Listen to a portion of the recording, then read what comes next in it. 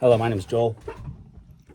This week we'll be talking about component malfunctions, and it says describe a time that you were flying with a GPS and had a component of that GPS system malfunction.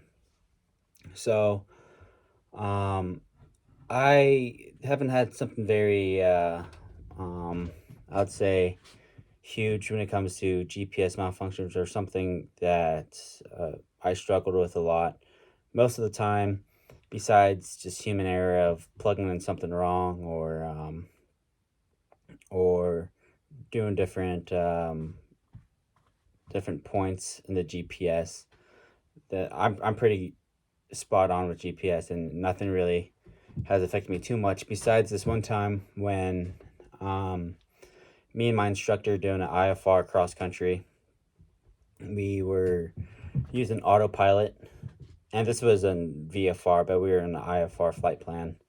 We were using autopilot on the Aspen GPS, the Aspen PFD glass panel, and as ATC would tell us to climb or descend or make a change in our heading, we would just use the knob to change it, and it was pretty simple. And as we got closer to the airport, we were deciding to land to. My instructor wanted to show me how to fly an approach with autopilot and just pretty much show me that I could take us down to minimums and we would just have to hand fly it after that. So as we were doing that, the autopilot was hooked up to the GPS, and the GPS wasn't entirely putting out the right heading information for our approach. So we pretty fast just decided to hand fly it before we got too far off course. And as soon as we decided to do that, um, our attitude of the plane went straight up. And it wasn't to the point where we were going to stall, but it kind of shook us up both because um, we were adjusting the trim so much during the autopilot phase that we ended up putting a lot of trim up. And once we took it off, it pretty much just bounced. The nose started bouncing up, and um, I guess for future flights, if I ever decided to take out autopilot, that's something to look forward to. Just a different attitude of the airplane. But to add on to that, if there was a potential scenario where, say, there was a malfunction, we would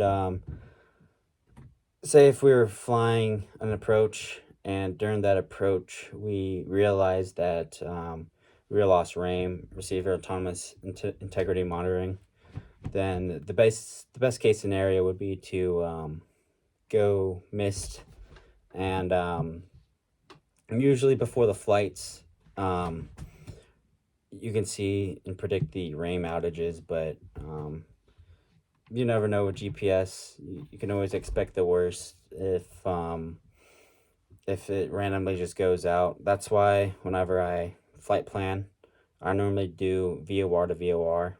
So in any case where I can't rely on my GPS, I could always use VORs to get to where I have to do. But a RAM outage would be a big deal also. And that would be for like an RNAV approach as well.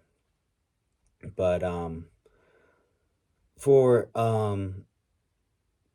GPS systems too, it's very important, especially with IFR flying, to know your GPS and how to plug in everything.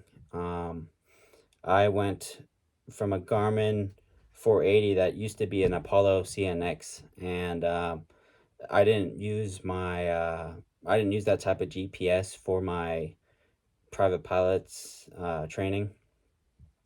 So it was a big. It's an older GPS system, and it's a big jump from learning how to do that without a touchscreen and knowing how to plug in your flight plan and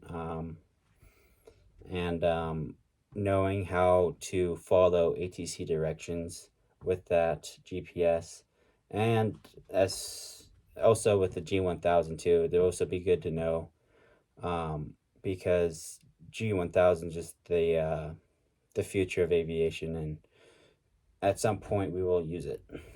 Thank you.